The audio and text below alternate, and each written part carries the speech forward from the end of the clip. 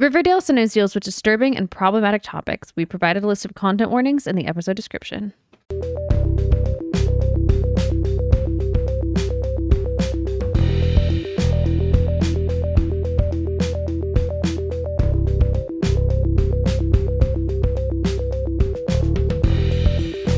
Hello and welcome to Dead Ends. I'm Emily. And I'm Brenton. And we have 2 new episodes of Riverdale for you. We do. Very serpent focused. Very Christmas focused. Mm-hmm. Very like Christmas horror movie vibes. Yeah. Mm-hmm. It's named Don't after... ask me to name one. It's named after one. Oh. Silent Night, Deadly Night. What? There you Who go. would have thought? Uh-huh. Oh my gosh. Do you think there was like intentionality behind the art? Maybe. No. They're all flying by the seat of their pants. They're all doing improv. And they just kind of place cameras. Oh, so it's like Curb? Exactly. Oh, God. Who would be the Larry? Do you think any of our listeners have seen Curb Your Enthusiasm? Yeah, probably. Okay. I think Curb's pretty big. I'm, out of all of our listeners, I'm probably the most underseen. I've maybe only seen one episode, maybe a half episode. I haven't watched lot. any Curb. Okay. So I don't know. I couldn't tell you who anyone was on it. Well, I mean, Larry David, though. Oh, okay. I mean, that's Jughead. He's the main character. He's the narrator. Jughead would be the one that would be like annoyed with someone about something and isn't saying anything. Uh-huh. And then it blows up at the end or is really selfish about something. I feel like the only episode of Curb I remember is one where the smoke detectors were going off. What happens in that? I don't I just remember that he kept getting mad that like the smoke detector, the fire alarm was like beeping or chirping at night or something. Oh, that's funny. But I that could also be a dream. No, I bet there's absolutely one. That sounds like a Curb Your Enthusiasm episode from everything I've heard. Anyway. Because it's like a Seinfeld, it's like branching off of like Seinfeld. Uh-huh. But the only thing I know about the main reason I know Silent Night, Deadly Night is because of the second one. Do you remember the video, the viral video? This is an old one. This probably would have been around 2010. I think I was in high school. The like garbage day. It's like one of those like clips from a movie that was like so bad that like people shared it around and it was funny. Kind of like Trolls 2, like that sort of thing. Do you remember Garbage Day? No. Okay. Well, that is from the sequel to Silent Night, Deadly Night. Oh. So there you go. If anybody happens to remember Garbage Day from 15 years ago, back when we were sharing bad movie clips on YouTube with each other. I was watching a lot of like Jenna Marbles at that time. And this was in her like Barstool era. Oh, unfortunate. Well, I mean, yeah. I think without her, I don't know. I would not speak to. I don't know how the success of that company played out, but she is the only person from Barstool I knew of until like 5 years ago. Yeah. And it was just, I mean, I guess without him, I don't know podcast wise, but at least it would still probably be like a content farm where they get a bunch of people coming in and doing. I mean, I think that's what he was doing anyway. Yeah. So I don't think she was the only one. She was just the only one I knew. Right. But I don't know. Yeah. Enough about the old internet. Yeah, exactly. We're here for the new television from 2018. Let's get into the cast this week.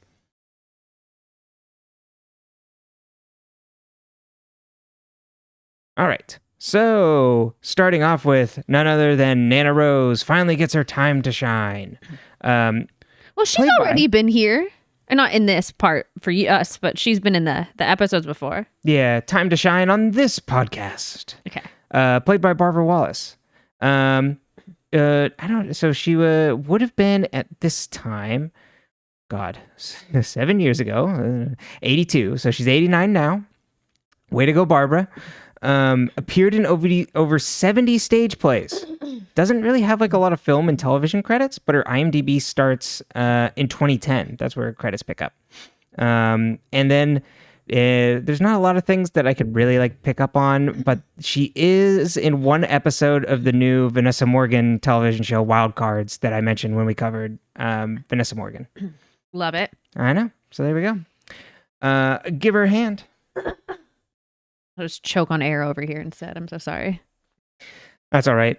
No need to hold your breath for Agent Arthur Adams. Completely forgot about this man. Played by John Bellum. Yeah, I was like, I forget it. I love this CW branded screenshot. Oh, they can't see it because of where we are on the... Precisely, covered it up. No, fandom thankfully they have a promotional shots, which is like the ones where they don't have the CW branding, and then just screenshots from the episode. So that's where I pull these from. Thank you so much to the people of fandom putting those up for the Riverdale one, not the corporation though. No love for them. Love no corporates. Yeah. No corporates? No corporations. That's right. No corpos. Like we're in a cyberpunk novel. So John Bellman is a stage actor and has been in lots of different plays and things, but recently was in Shucked, which was up for Tonys and up for like the upcoming Grammy Award for Best Musical Theater Album. The New York Times review for this, because I hadn't heard of Shucked, about a plucky small town woman who leaves home in search of someone who can figure out why all the corn in the county, this is smaller, why all the corn in the county keeps dying. They stole my idea about this story about a small plucky woman who is trying to figure out why all the corn in the country keeps dying. That's right. Mine's much different. No. That sounds actually really interesting for is this a musical? It's a Tony, so it's got to be a musical. Yeah, like comedy. Interesting. So I don't know. If anyone's seen it, let us know. I know. It seems to have gotten a lot of good buzz. Shucked, like they're shucking corn. Uh-huh. I thought you were saying Chuck. It's a musical. I was like, what does the title have to do with anything but Shucked? It's a musical adaptation of the mid-aughts Zachary Levi show. Except this time, now that it's brought up, he's against vaccines. It's getting dark in this episode already. you know, people on their own time can go look up the opinions of Zachary Levi. John Bellman really ruin Flynn Rider for you if you're a Tangled fan. Uh-huh. John Bellman was also on All My Children as Dr. Burke for 4 episodes.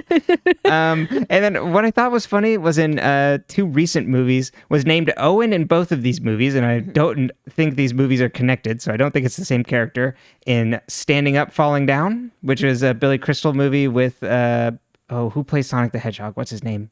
John Ralphio from Parks and Rec. Ben... Oh, I'm so sorry. He's very funny. I do enjoy him quite a bit. It'll come back to you. When you left something, he said it for you. But was also in Confess Fletch, the recent Fletch movie with John Hamm.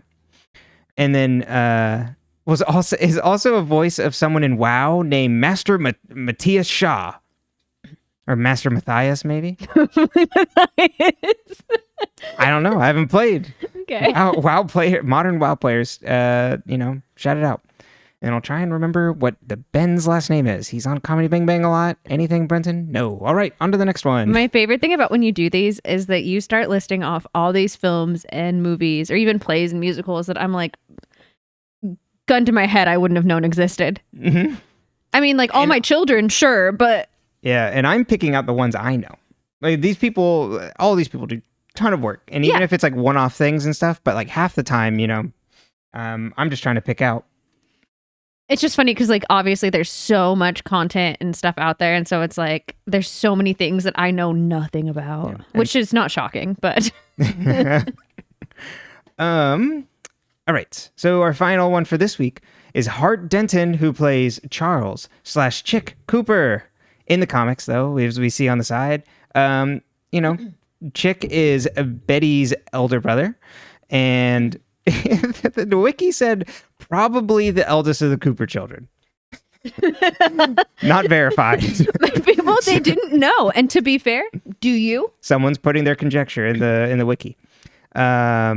Is a prankster, and Betty's cat Caramel really likes him a lot. And then in the comics. And then the biography, the little summary at the top ends with, he is a secret agent for the government. So way to go, Charles, in the comics. But Hart Denton was Dean Holbrook in 4 episodes of 13 Reasons Why.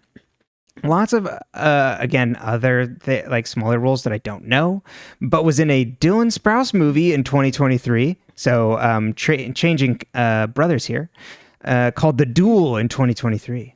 Ooh. Which the summary goes, when Woody finds out his best friend has been sleeping with his girlfriend, he challenges him to a duel, taking their friend group across the border to a mysterious and stunning estate. You know what I love? Boys who want to duel who go somewhere pretty to do it. That's right. Aesthetics. Now, I have a surprise for you. In this next movie, he was Bones in a 2023 movie called Deltopia. Deltopia is a coming-of-age story that takes place over a period of 24 hours. A group of friends from Southern California finish their last day in high school and travel to Santa Barbara for the biggest party of their lives. Incredible. I like that, like, they didn't even do Floatopia. They went with Deltopia. They were like, we got to go with what they currently do. We can't go with what there used to be. Well, Floatopia is like pre-2010, so this is 15 years ago. We're doing a 10-year retrospective at the very least for some coming-of-age story, I bet. Interesting. Yeah, I mean, so it's our coming-of-age story. We were there 10 years ago. I graduated 10 years ago. I didn't see us. You graduated 11 years ago. I know. We should look if we're in the credits. I don't think they filmed. They didn't cast us. Well, remember, so who plays us? Your senior year during Deltopia, which if you didn't attend UC Santa Barbara or a school around there and came in to party, Deltopia was a big party they did during spring quarter on the street, Del Playa, hence the Deltopia. It used to be Floatopia, and they used to go out to the ocean because the Del Playa runs parallel to the ocean. Mm-hmm. And so people would go float and drink and party in the ocean. And then the police were like, y'all gonna drown. And it's it's really hard to keep track of y'all people. This is just not a good idea. And so they literally would. Oh, wait, real quick. But for Floatopia. Yeah, for Floatopia. Yeah. So literally during Deltopia, they would put fences on the beach so you couldn't go to the beach. And you then partied at houses on the street. And Floatopia, another reason is they really, if you looked at like images and videos, they really fucked up the beach, as you can imagine. Oh, yeah. No, it was not a good thing. I'm not defending Floatopia. I wasn't saying that. I was just adding on.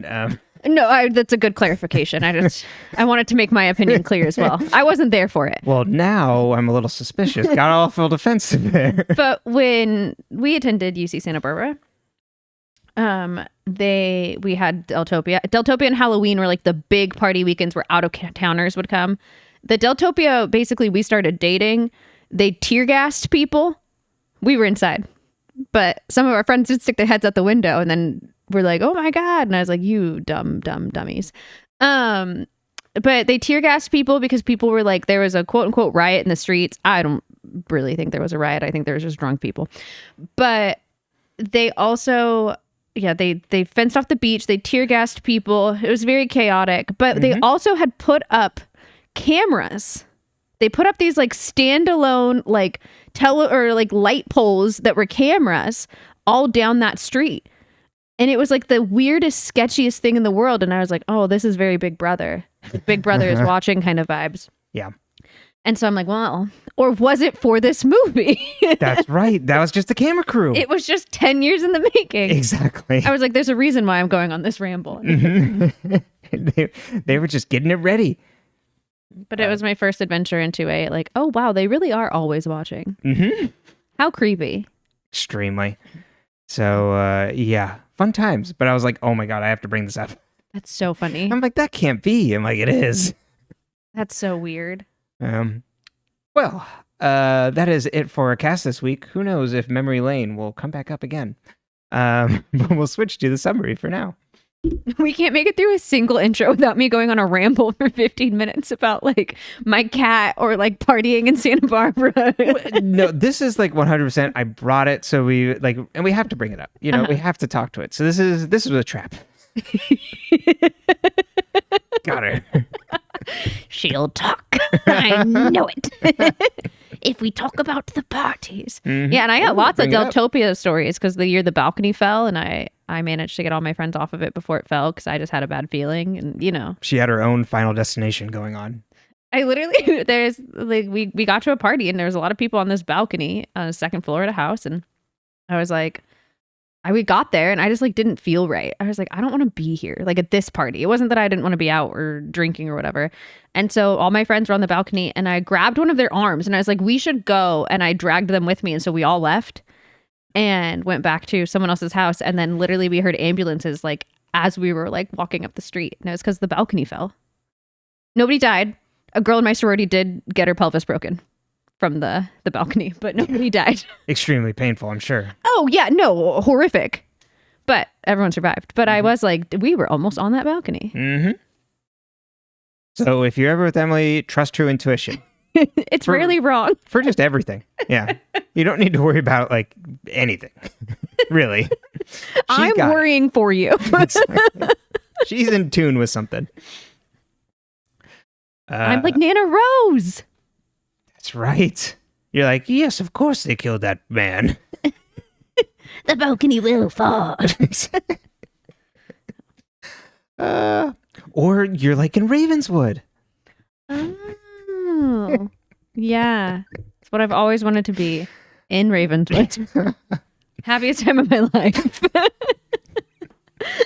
One day I'll have to go through and just edit all the times I'm just like so over it in Ravenswood alone.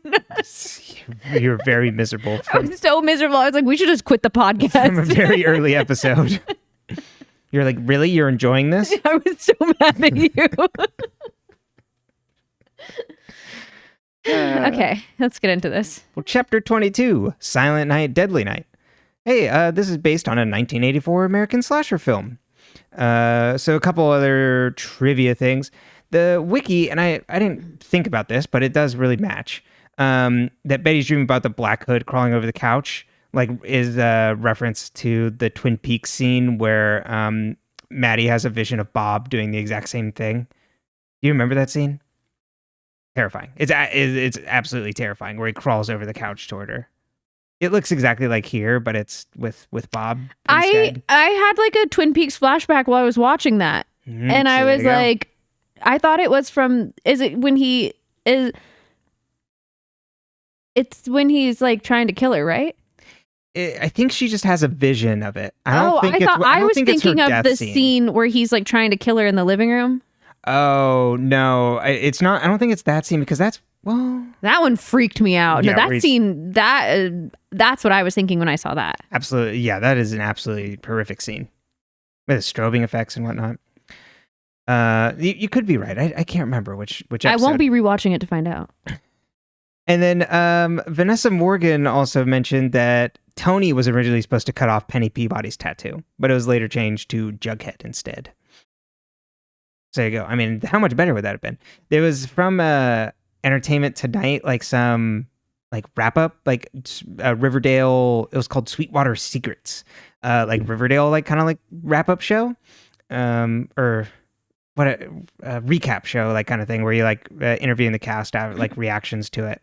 And Vanessa Morgan on that, it's like, oh yeah, you're definitely from Canada. Like she says like certain things. Like I think she goes like bag. You know. All right. So in the summary, it's the Christmas season. Pops has a Christmas tree lot, which we find out later is run by Archie and Fred.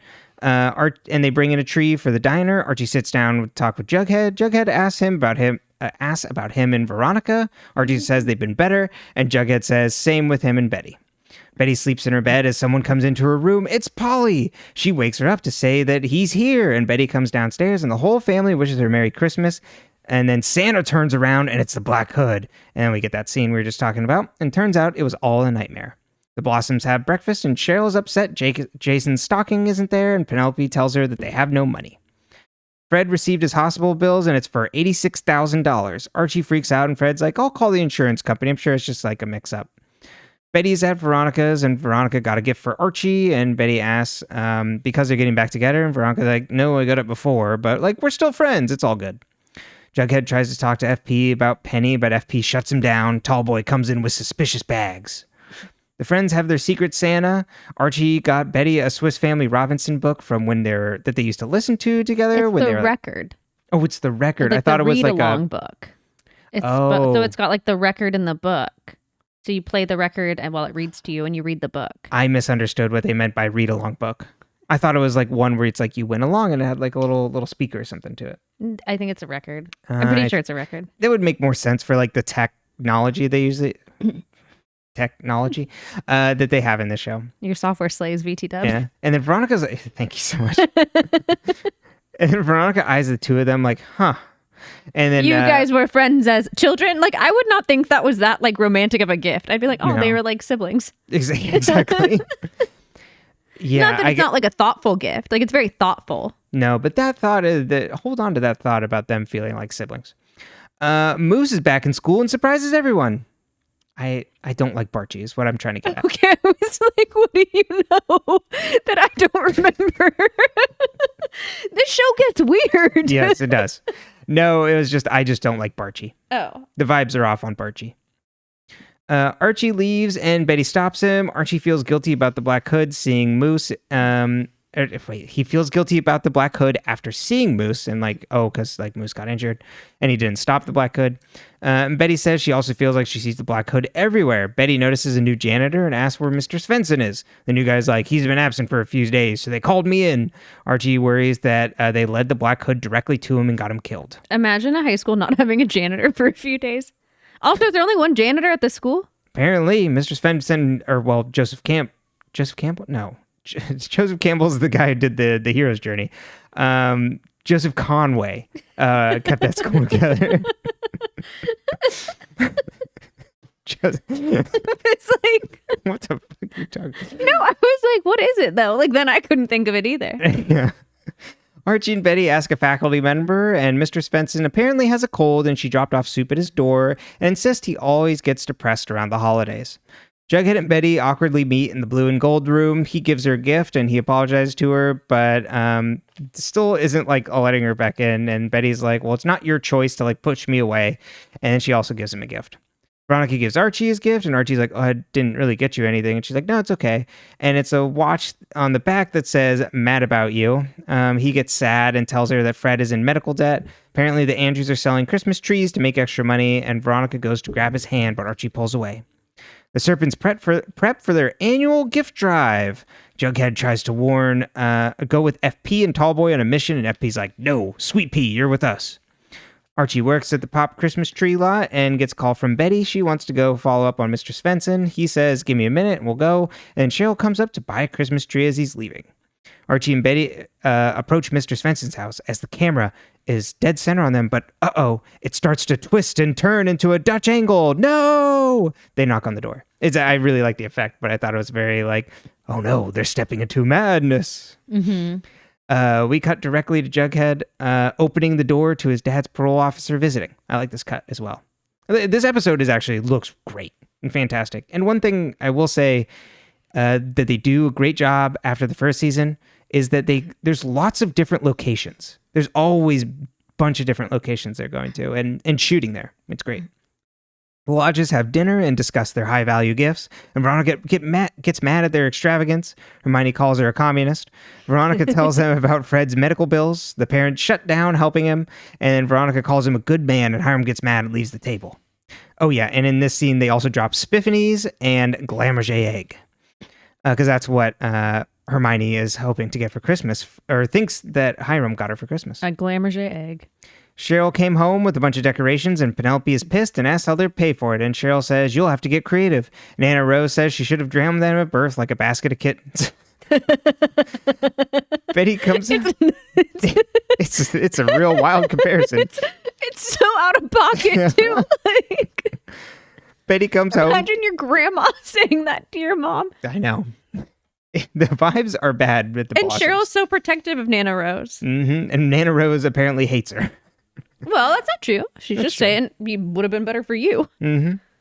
Betty comes home to a seemingly empty house, but finds her mom making cookies. There was a gift left for Betty on the front steps, so she brought it up to her room. Betty goes upstairs and finds the gift labeled from her Secret Santa. She opens the box to find a finger. Archie comes home, comes over after, and then the note inside the box says it's from Joseph Conway, and they have to find him as part of a test.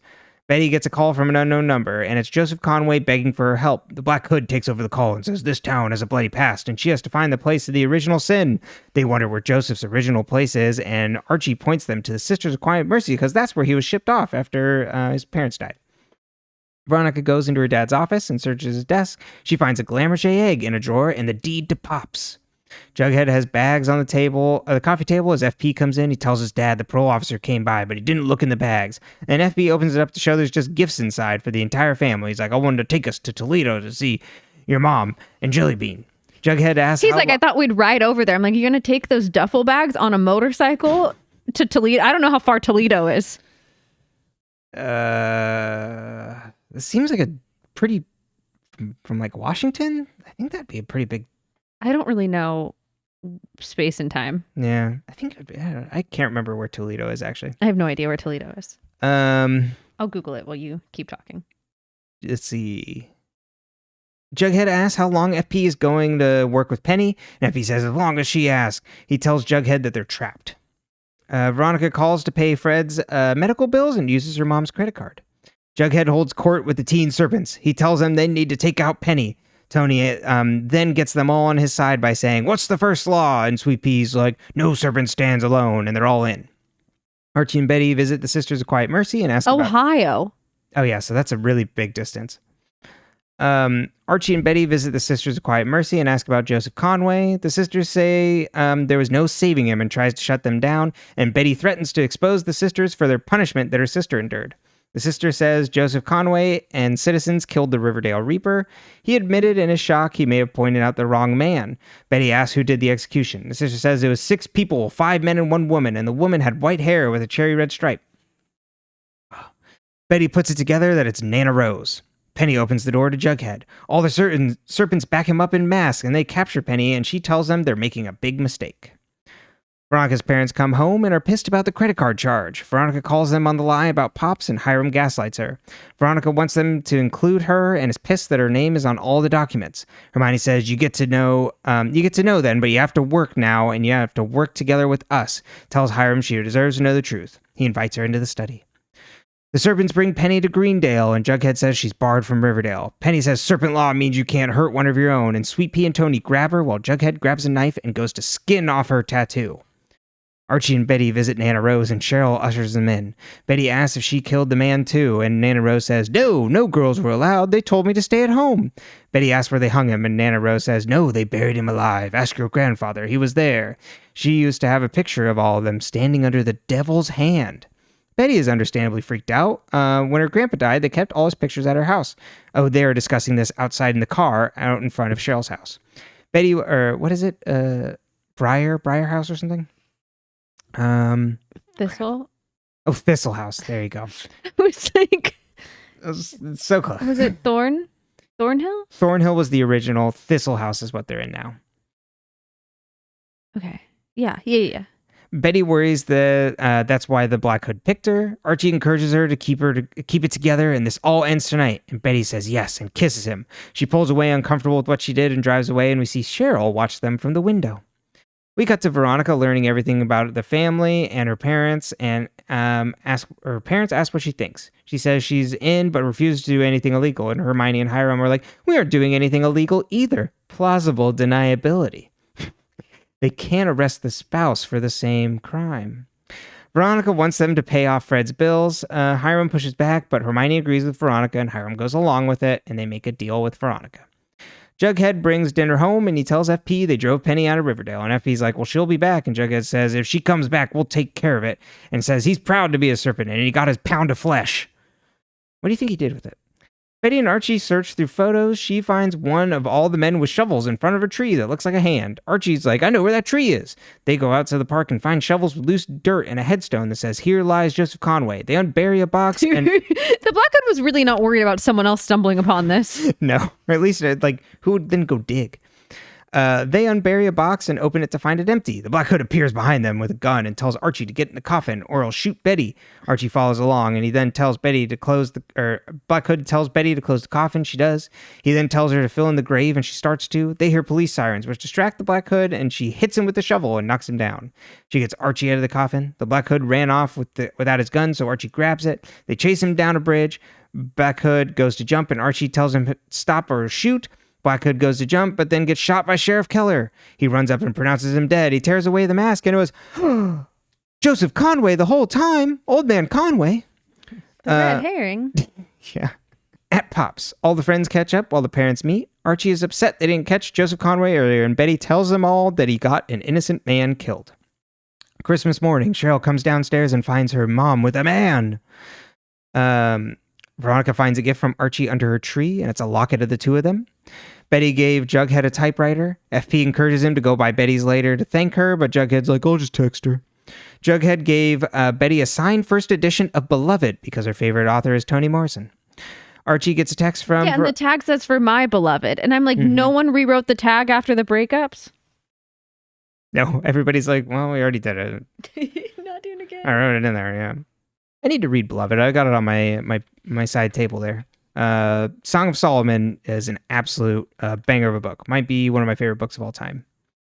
There you go. Toni Morrison knows it right.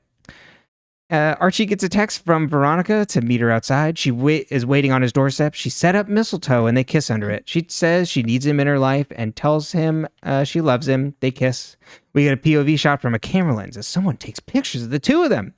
Betty burns all the Black Hood notes and throws the hood in the fire, but then is like, wait a minute, and grabs it out of the fire. And Jughead sitting there racing says she knew it wasn't over.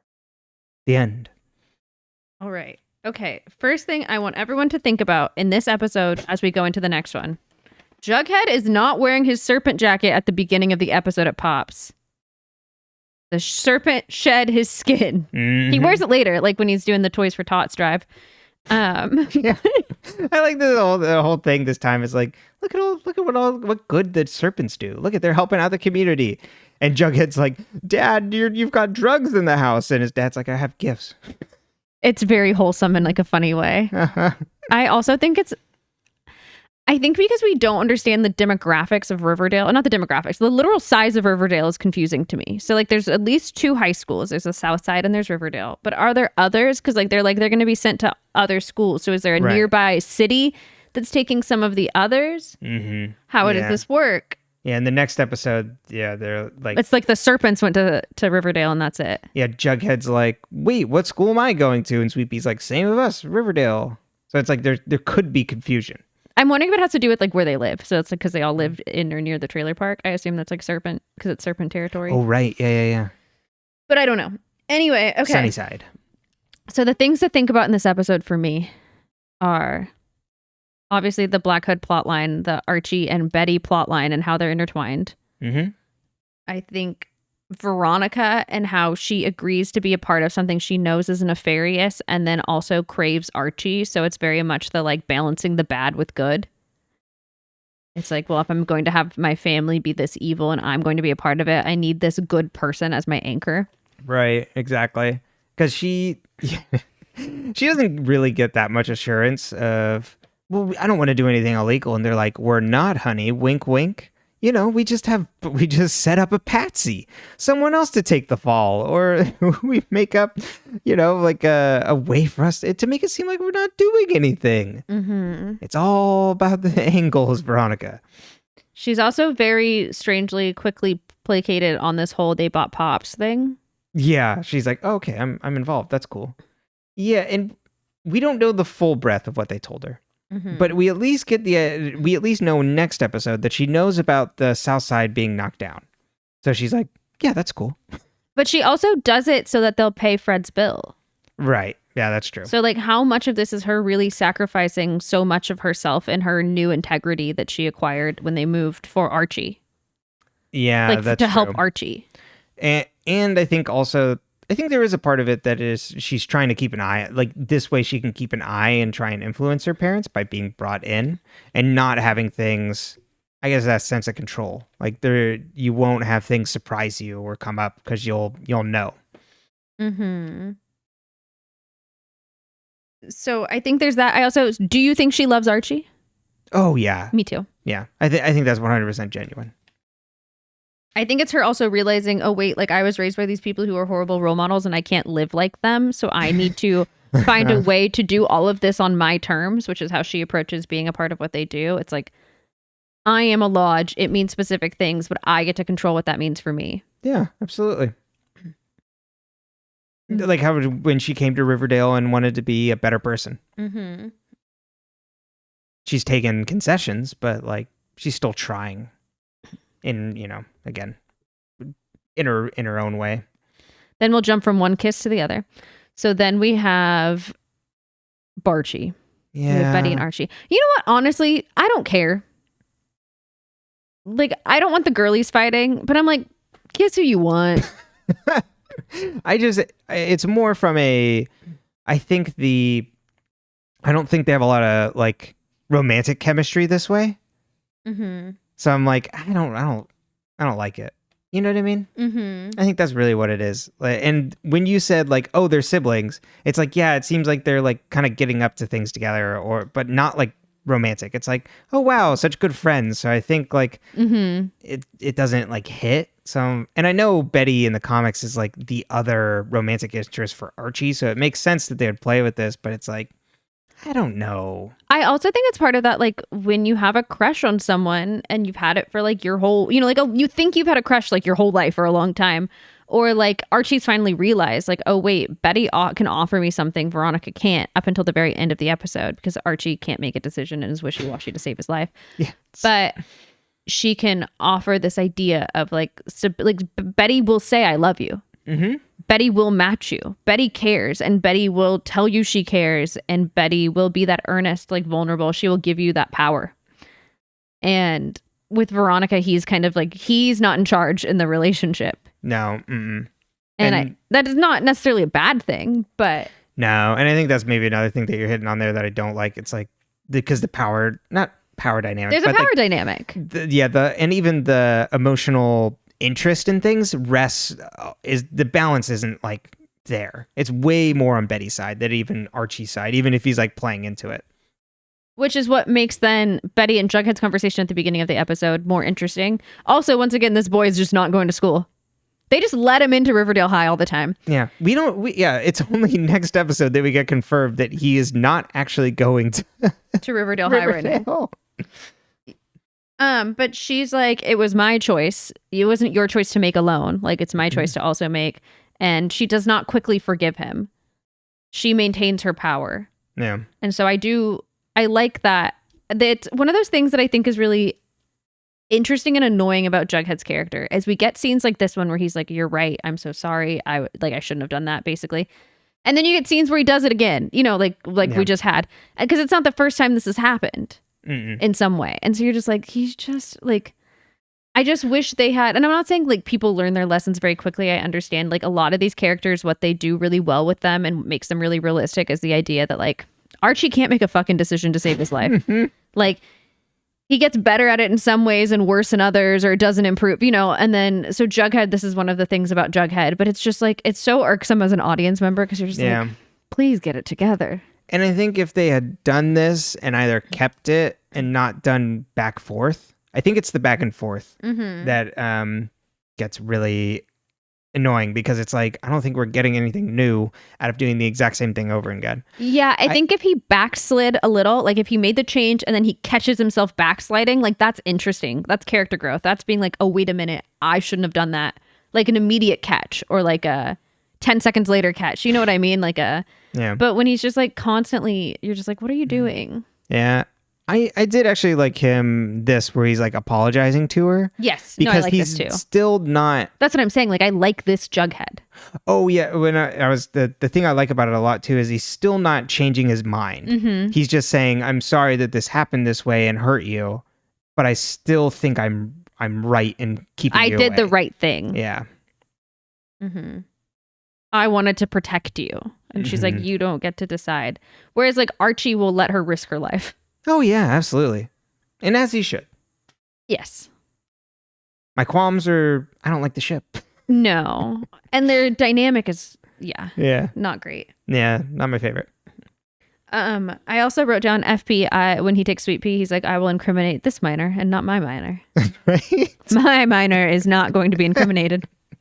Not a Jones. Even though he already has been. Where's a boy with a nickname? You.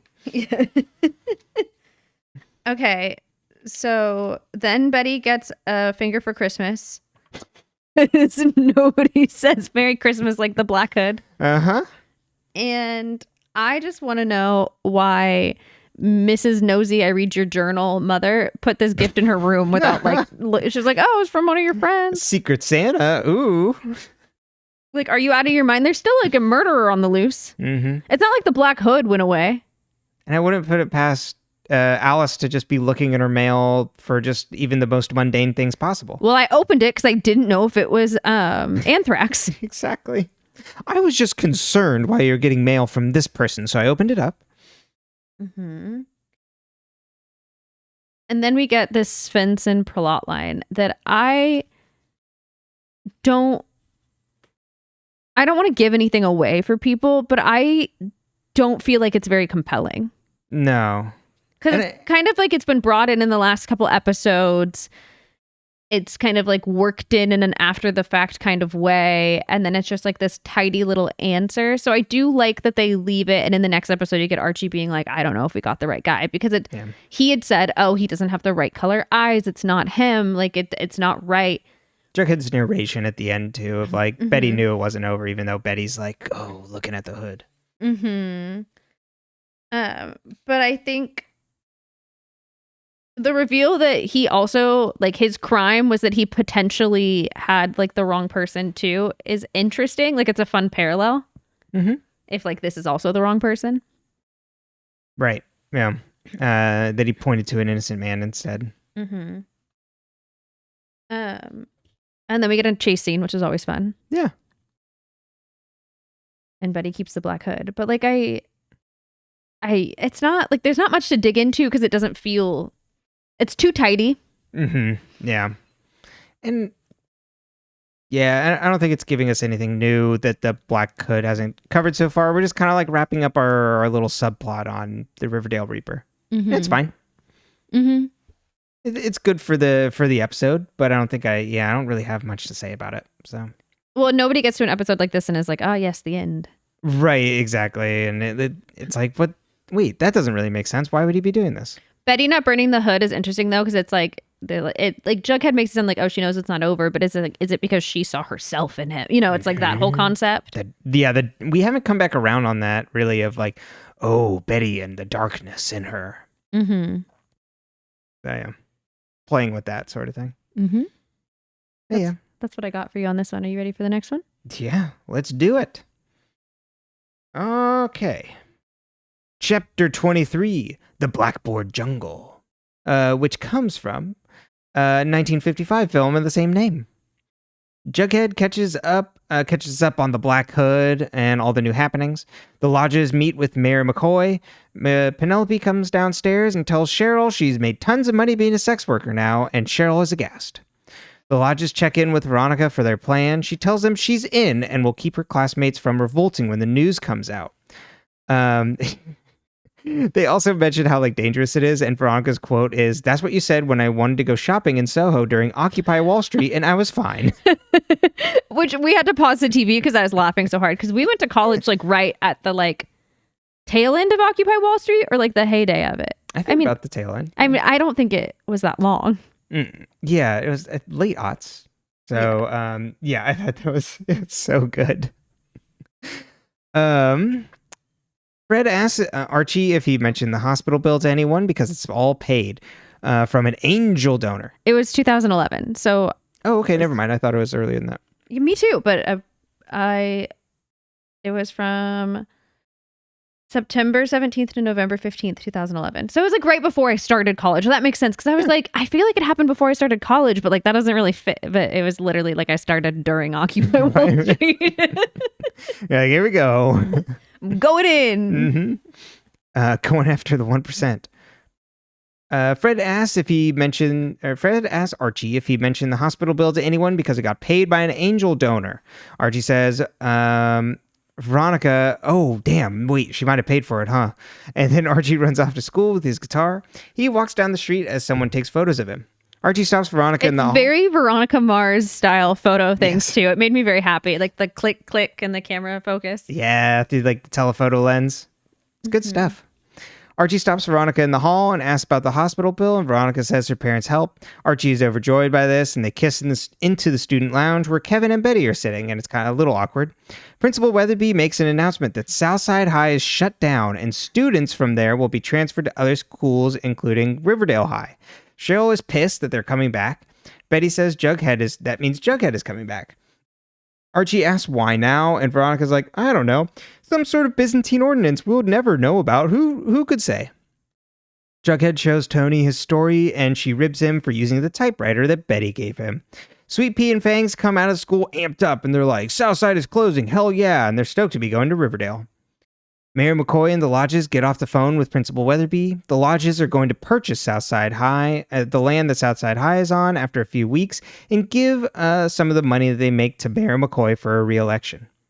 Betty comes home and hears noises upstairs. She gets out her pepper spray and finds Polly in a room packing things.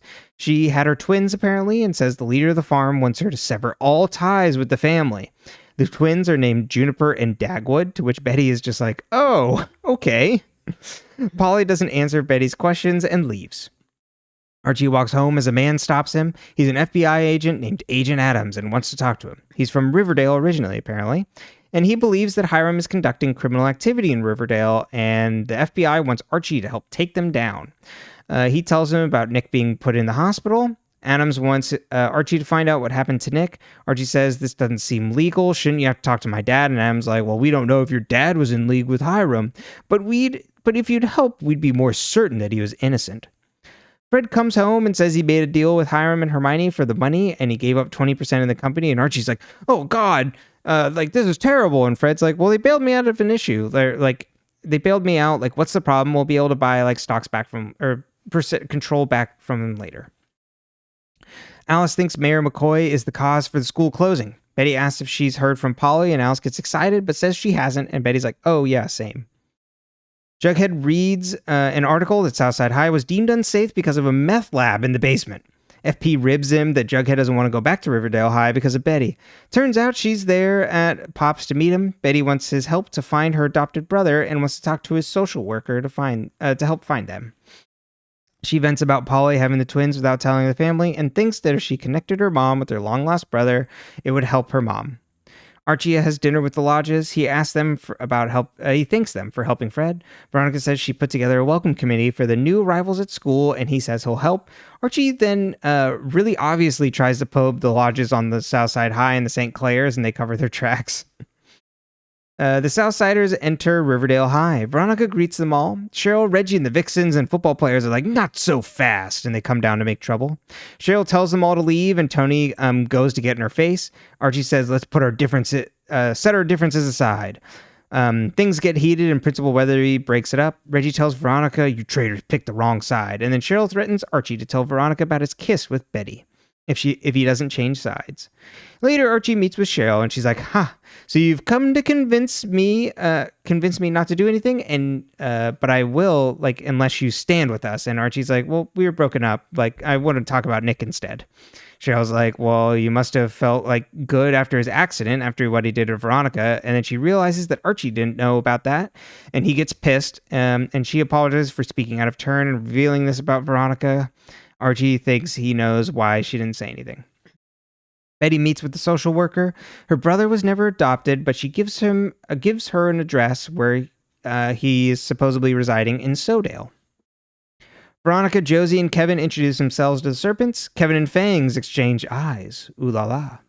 Principal Weatherby tells them all to come with him. They find Reggie waiting in the hall near a graffitied serpent on the school shield. Principal Weatherby bans serpent jackets and tells them to cover their tattoos. Betty tells it. Which makes me laugh because gang paraphernalia has, when we were in high school, was banned. You weren't allowed to show any gang signs or have any gang tattoos visible or wear, you weren't even supposed to wear matching clothes with more than two of your friends, or else you could be considered a gang. Yeah. I will never forget, there was a girl I was in dance with who was a couple years, she was in between me and my cousin's age. She was probably 3 years older than me, 2 or 3 years. And she was talking about how she got in trouble. I was still in junior high. She got in trouble in high school because she and her 4 friends all wore pink to school, every day. They all wore hot pink or whatever. And so they were considered a gang. That's so wild. And it was 5 white girls in all pink. Which it could be a gang. I mean, they were probably more dangerous, but we didn't have gang activity really. Right. I mean, sure. There's strict dress codes at school. We didn't. I got 4 billion dress code violations for my shorts, but I just thought it was the weirdest thing. They were you can't. But I mean, I guess at least applying a rule like that is better than no serpent jackets. I will say at least that's fair. Right. Yeah. I just Principal It's just weird. But Principal Weatherby's being well, we want to embrace your culture on the South Side, gangs. here at Riverdale. And it's like, well, we can't do this now. This is causing a kerfuffle. I was going to let you wear your gang paraphernalia to school, but now Reggie's graffitiing the hallway and saying it's you. Right. The most obvious thing in the world. Also, like, he didn't even need to sign it Reg. We'll get into it in this, but like Veronica's way of like helping is like so tone deaf that it doesn't make sense even for Veronica. No, it's really funny. Betty tells her parents about Polly having the twins. Alice and Hal are upset, realizing she doesn't want them in the babies' lives. Betty then tells him she found her brother's address and his name is Charles. Hal gets angry and Betty says she did it for Alice, and Alice is like, well, he's right, even though she looks upset. Jughead is super pissed about Principal Weatherby. Tony and Sweepy are just like, we're at like a funded school now, man. Like, there's a computer lab. It's like, who cares if we can just wear our jackets after school? This is so good. It's my favorite part of these two episodes. So a white boy who has found a cause and is now.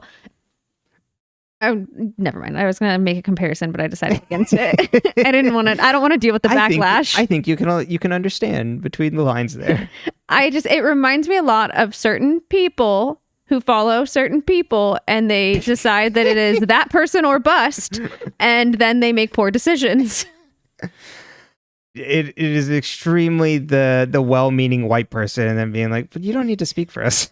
Exactly. And like he joined the Serpents. I mean, granted, he already wanted to take over. Like, been a serpent for a month. Like 20 minutes ago. Archie meets with Agent Adams. He tells Adams about the lodge's story and wants insurance that his dad won't go to jail. And Adams like, yeah, sure. Archie says, Nick... Don't trust a cop. They can lie to you. That's an important lesson for all of you, actually. Mm-hmm. And they don't have to tell you if they're a cop. They don't tell you. Also, the police are allowed to lie to you to get you to admit to things. They can say, oh, your friend already told us that you did X, Y, Z, so you might as well tell us what they did. Yeah.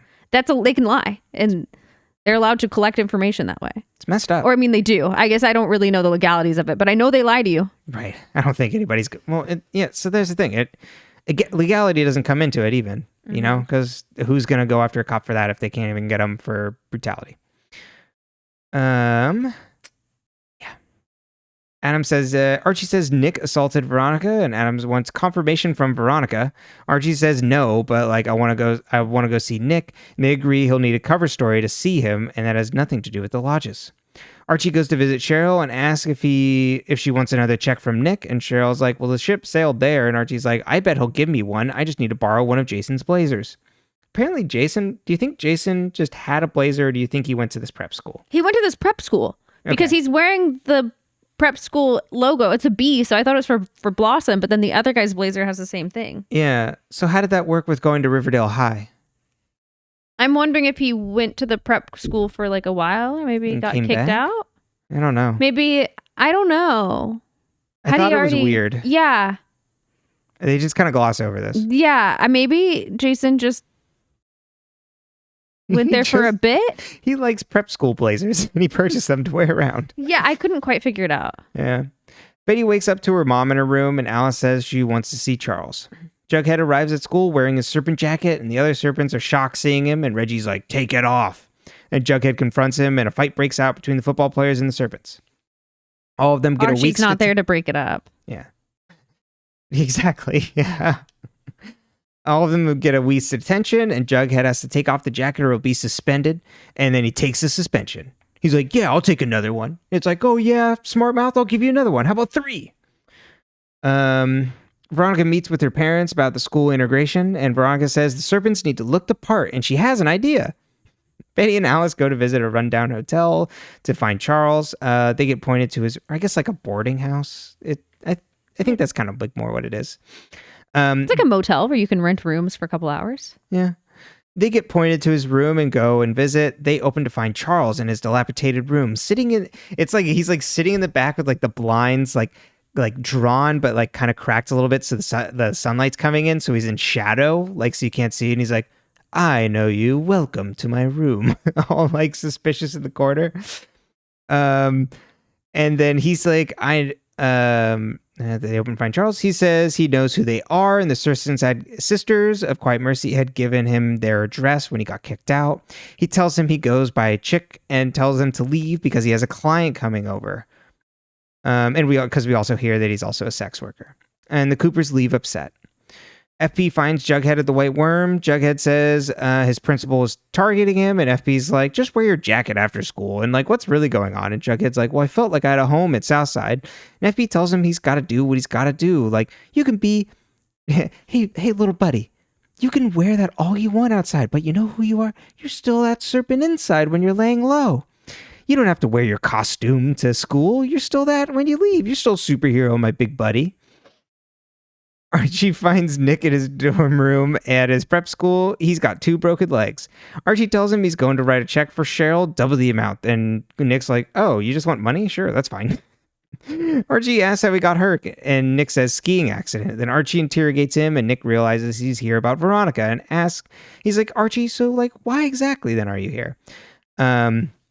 Archie's like, well, I'm just here for payback for Cheryl. And then Nick says, you're just realizing now you're in shark-infested waters with the lodges, and Veronica will turn on you too. And then Archie beats the shit out of him. Jughead comes to school and finds Tony and Reggie in a uniform that the principal gave them, and Fangs is out of school because he refused to wear it. Veronica is... The fact that, like, imagine a school being like, only half the student body is required to wear this uniform. It's terrible. They're terrible uniforms too. It's Sweet Pea looks really funny in it. He's wearing a long sleeve underneath too, and it's like a turtleneck all the way up. Mm-hmm. It's good. He looks so goofy. Veronica confronts Archie about Nick because he texted her being like, your boyfriend came and beat the shit out of me.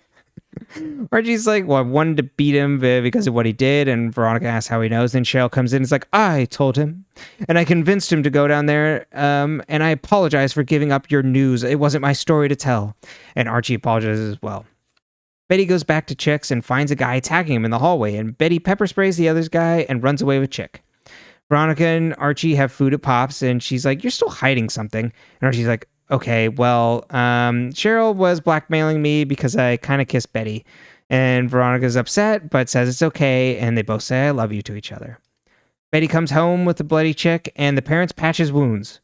Jughead started a club for the serpents. It's called Swords and Serpents, and they're quote-unquote a gaming club and sanctioned by the principal. They can be serpents under everyone's noses. And they're fun little outfits. Okay, bud. He just wants to roleplay. And so we have Swords and Serpents. Cheryl comes home with Nick St. Clair's check and tells her mom that her days of being a sex worker are over. And Penelope's like, why stop? I'm having a great time. Alice tucks Chick in Polly's bed as Hal watches from the door. He wishes them both good night. Archie and Veronica lie in bed, and Archie asks why Veronica didn't say anything about Nick, and she's like, well, I felt foolish because of not seeing like him for actually the monster that he was for so many years. And she's like, and he asks who she told, and she's like, I also told Kevin, but that's it. Archie meets with Agent Adams later and wants protection for Veronica. Adams agrees. Archie asks about the Black Hood and if they caught the right guy because he feels like they didn't. Chick then creepily watches Betty sleep. It's extremely creepy. It's the most horrifying scene I've ever seen. It's really creepy. First and foremost, I don't really love the fact that the only sex workers in the show are portrayed in they're a sketchy person light.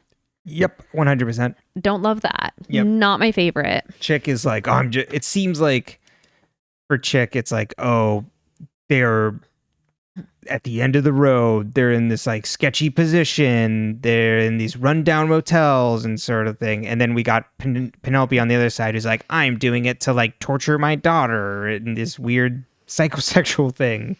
Well, and the difference between their realities too, because he's in this like rundown messed up area and she's in Thistle House. Yep. I think the language is very specific too, because Cheryl refers to her as a courtesan. Yes. And that she's woken up in a brothel. There's very different language used for the two of them, which I think is interesting. Yeah. And then like Chick is like, he's like, I make fantasies come true. Mm-hmm. Or like I'm in the fantasy business or something. And he's being physically assaulted and attacked by someone with a knife, whereas like it seems like for the most part Penelope is feeling safe. Right. Mm-hmm. I don't think it's necessarily safe, but like she feels safe, like. Yeah. And she feels almost, at least she's giving off to torture Cheryl, or because she actually does enjoy it, she's feeling empowered by it. But either way, on both sides of the show is just like, oof. Like either, these are the type of people that do sex work. Yeah. And it's like, what does that mean? It's either like dangerous or like desperation, exactly. or like malicious. Yes. Yeah, there's a lot to it that I think is interesting. Mm-hmm. I also want to briefly talk about the cult that Polly's in. Oh yeah, the farm. We don't know a lot about the farm. No.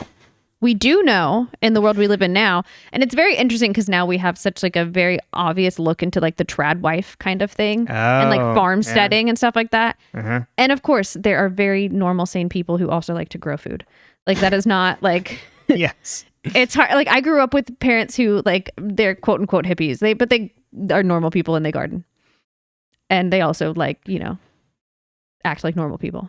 And yes. There's a huge difference. And so it's funny to see like the early form of this showing up here in the cult. And a lot of cults do this where it's like there's the farm that the people go to and they all earn their way. And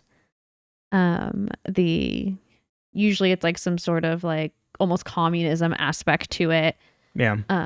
So I just think it's interesting. So she had the babies. I was going to say just real quick, it's a very old school vision of this sort of thing. Of like 70s like hippie movement sort of, exactly. Or 60s hippie movement sort of thing. It's the like, oh, and then they got sucked into this cult and were taken away to the farm. Exactly. But Polly seems to be able to come and go and like get things, and she seems to be taking things that like have electricity and stuff like that. So I'm like, whatever it is, it's like at least somewhat like established. She's got a dorm or something that she can plug into. But she does have to cut off contact. Yes, it seems like.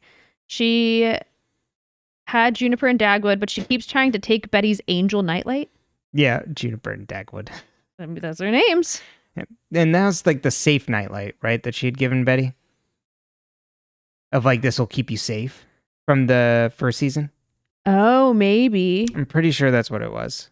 That it's like, here, Betty, if you have this on, like, this will keep you safe. Like when they were little in like a flashback? Or... Yeah, and I think that's when we see it later in Chick's, and when Chick's sleeping in Polly's bed, that the nightlight's on. Mm-hmm. Yeah, I think it's an interesting, and it's an angel. Like, it's an interesting touch. Mm-hmm. It's another touch of that like religious undertones that the show likes to play with, but like doesn't like heavily do. No. Like it does, but it doesn't. Yeah, no one's really religious, but there are religious things. Oh yeah, I mean like even just how the Black Hood operates in this idea of like purity. Mm-hmm. Yeah, absolutely. And talking about sins. Mm-hmm. Special Agent Adams is asking a child to investigate Hiram Lodge, who is a known gangster. Yep.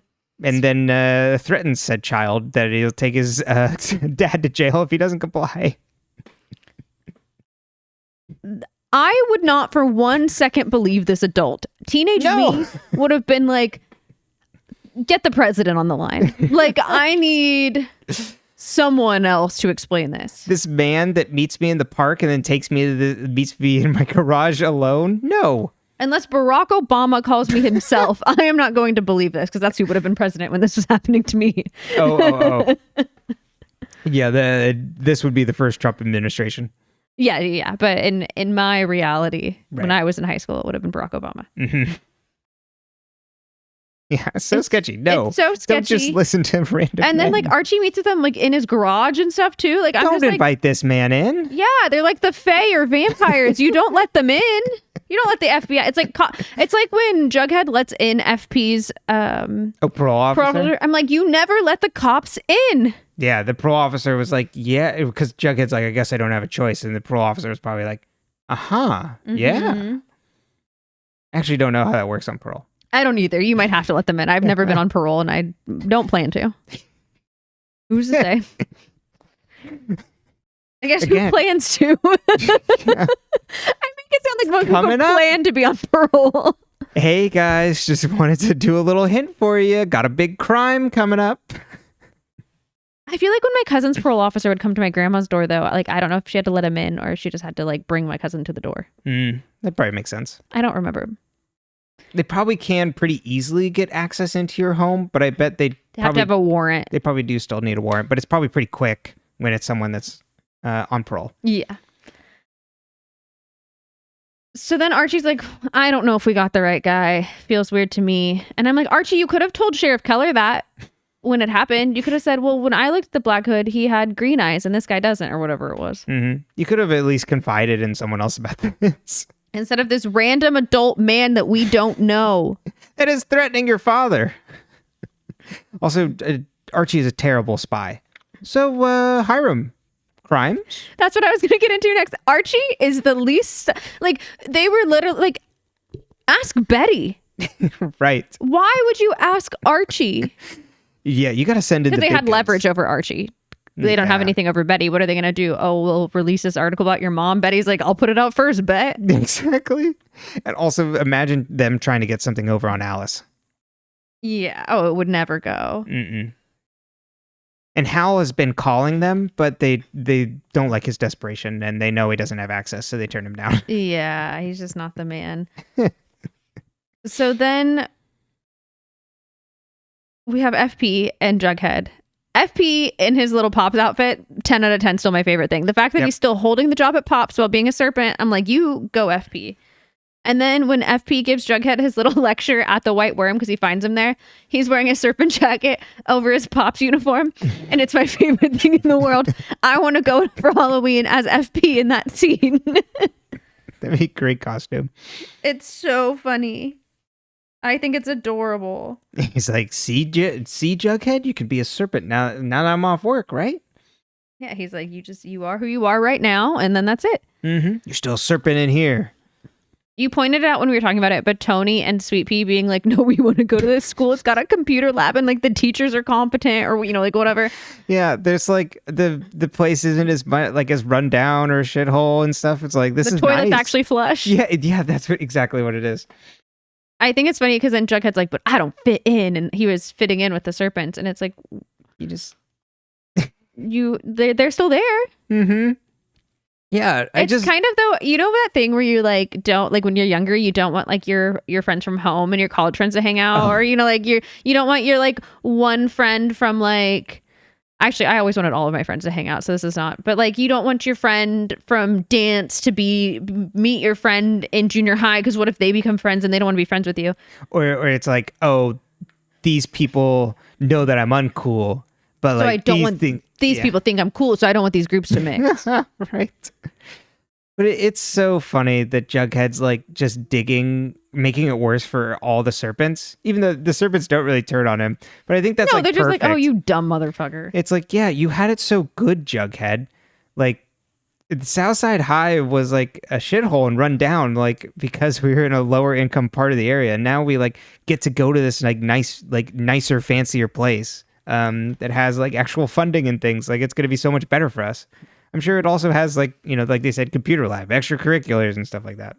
Like it's a really good dividing line of, or not dividing line. It's really good at illustrating that it's people want funding. People want things taken care of. They aren't necessarily clamored around this place that they had to go to their entire lives just because it was like in their neighborhood. It's like, no, we want the thing that like supports us, mm-hmm. but this place couldn't. Mm-hmm. And then we have the Cheryl of it all, where Archie's like, I can use Cheryl to then get this money. Yeah. Make this happen. And I think it's funny because it's like, how much of Cheryl is earnest and honest in this, and how much is her like pulling strings? Like, her and Reggie have decided they don't want the serpents there.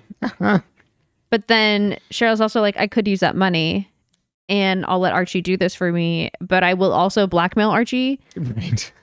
It's just really funny, like the whole like left, right, up and down of it. And then at the same time, she's like, oh, I shouldn't have told him. I thought he knew, but I shouldn't have told him about Veronica. And like, it does seem she's really earnest and honest about that. Right. But like, so Cheryl's moral lines are just like so hilarious, and they're consistent, but they're hilarious. Right. Because it's like, okay, her main plan at the beginning of the episode is like, I can get one over on Archie because I saw him and Betty kissing, and then that he will now have to join our side against the serpents. But then Archie misdirects it to like being this opportunity with Nick. So she's like, oh, well, I could get some money and then my mom will stop having to make our house like feel like this uncomfortable for me. This terrible place I now have to live in. So that is like so much better. Here's a much better opportunity for me to focus on. I don't care about the serpents anymore. But I do think the Veronica reveal, what like you mentioned, it's not a. She wasn't trying to tell him like anything he didn't know. She Yeah. assumed he knew. Mhm. I think it's also interesting. Veronica lies to Archie about who she told about Nick St. Clair. She's still protecting her family. Yep. And Archie obviously tells her about Betty, but does not tell her about the secret agent. Exactly. Yeah, so they're both still keeping things. And Nick sees right through him, Uh-huh. which is fun and interesting. Yeah. And I also like the touch. He's like, you're here for money? Sure. I'll give let me like, just grab my checkbook. Exactly. How much you want? Okay. And then my final thing on this is the chick of it all. Yeah. So Jughead's like, oh my God, Betty wants to talk to me. And Betty's like, can I talk to your social worker so I can try to find my missing brother? Which I love a 10 out of 10. Get it, girl. So she goes to search for Charles Smith. To replace her sister. To replace her sister. She's filling gaps. Which, I mean, did she kiss Archie because she was filling a gap too? I think it was more of like a mortal peril thing. Like she was like, we're probably going to die, so let me kiss you once because I just want to see what it's like. Uh-huh. Yeah, you know, she's single. Now, she's heartbroken. She's single. There's this guy that she's had a crush on, like gets caught up in the heat of the moment. We understand. But then, so Alice does the whole, I don't want to meet him. Oh, wait, I actually do, but you can't tell your dad because your dad's weird. Yes. And then and abusive. We meet Chic, and first he's mean, and then Betty saves him, and then they bring him into the house, which is a lot of choices that happen very quickly. And then the Cooper family patches a wound at the kitchen table. Yeah, instead of going, he got attacked. You could probably take him to the hospital. Maybe he doesn't have insurance. That's true. I would assume he doesn't have insurance. Yeah, I would too. I don't know. There's my privilege showing. But then, so they sew him up at the table and then put him to sleep in Polly's bed, and then he's a creep. And I'm like, yeah, you don't let strangers in your house. I don't care if you are related to them. They're still strangers. Yeah. Honestly, most of the people that you're related to probably are strangers. 100% actually. And he didn't want to go there in the first place. He had wanted nothing to do with you. Yeah, and then they brought him in like a wounded puppy, and then now he's watching Betty sleep like a weirdo. It's also, so Betty, close your door. Yeah. Lock it. Put a chair in front of it. When you got someone strange in the house. So one time, when you have a serial killer sending you notes. One time when I was in junior high or even younger, I was sleeping over at one of my friends' houses, and I spent the night there all the time. We were besties until she broke up with me in high school. Anyway, not the point. I survived. It's because I introduced her to some of my friends from my junior high, and I'd known her from elementary school, and then they all turned on me. It's wild. Then they all came crawling back. I remember. What was the Gabby quote from the Traders? They always come back, girls. Regardless, it was also like 3 people. It was not a large group of people. I was not a pariah or somehow removed from society. She doesn't fit in, people. I don't fit in. But anyway, so one of the times I was spending the night at her house when we were in like junior high or younger, her dad's friend was staying with them. And their master bedroom was like it was an add-on at the back of the house. And so you had to cross the living room and the kitchen. And then there was like the front of the house where we were and her sister's bedroom. And this guy was in their guest room. And her dad was like, he's a nice guy, but just lock your door at night, girls, just in case. Like, and her dad was this like soft-spoken, like very sweet, but like really large man, like softest voice, largest man you ever met. And he was just like, he's a nice man, but just in case, just lock your door at night, girls. And so like every time I like think like I'm like, oh, like I'm in like at a hotel or like anywhere where I'm like, oh, someone could come walking into my room, I'm like, just lock your door at night. And I was like, that was really smart. Yeah. Like he trusted this guy. He was his friend. You know what I mean? He wouldn't have had him over if he didn't think he was like a normal, good person, but you just don't fucking know. Mm-mm. And I think about that all the time because I was like, that was pretty, especially for like 2005 2004 to 2006 era. Oh, yeah. Like, that was forward thinking. Yeah. Like, that's really good looking out. Yeah. That's a great dad. But so that's what I was thinking while I was watching this. I was like, Betty should have locked her door at night. 100%. Unfortunately, they don't all have, she's got Hal. Yeah. I would, I don't want to dox this man. So yeah, exactly. That's what I was trying to play around it. But yeah, no. Vibes. Yeah. Any final thoughts? No, that's it for this week. Well, we survived. They weren't great episodes. No, they weren't right. bad. I did enjoy the Silent Night, Deadly Night. I did enjoy that episode. I think it was pretty good. It wasn't my favorite, but it doesn't give you a lot to work with, though. At least to me. Mm-mm. And I do think it. I made a joke about the Dutch angle, but I think it does look really good when they're doing that stuff. So I think most of the show looks really good. Like, I think production, like, one of the reasons that the show did so well is the quality is really high. Yeah. Even if the storyline isn't as riveting, you're like, oh. Yeah, and they're doing a lot of interesting things constantly. Like, there's a lot of different ways that they try and make the show look, which is cool. Like, you don't really get that, especially in television, because it's like, we have our sets, we got to do this here, here's our angles, bop, bop, bop. Which makes sense because you're making so many episodes. Yeah. That's kind of changed a little bit, but definitely. Anyways, especially for what was this, 22 episode seasons? Yeah, this is now a 22 episode season. But anyways, you can find this podcast on all your audio podcast platforms of choice at Dead Ends. You can also find us on YouTube at dead_ends. Like, subscribe, give us a thumbs up, tell your friends. And we also leave comments on YouTube. We like talking to people there. And if you're not on YouTube, you're listening to audio and you want to reach out to us about with questions and things or comments on the episodes, you can send those to deadendspcast@gmail.com. The email is in the description box of all the episodes. And you can also find us on Blue Sky. You can follow our post at dead-ends. And then you can also find our link trees with our personal Blue Skies there in the description boxes as well. Is there anything else, or did I cover it all? I think you got it all. Okay. And we don't fit in. We're not gonna fit in. And we love you. We love you so much. Lock your doors at night.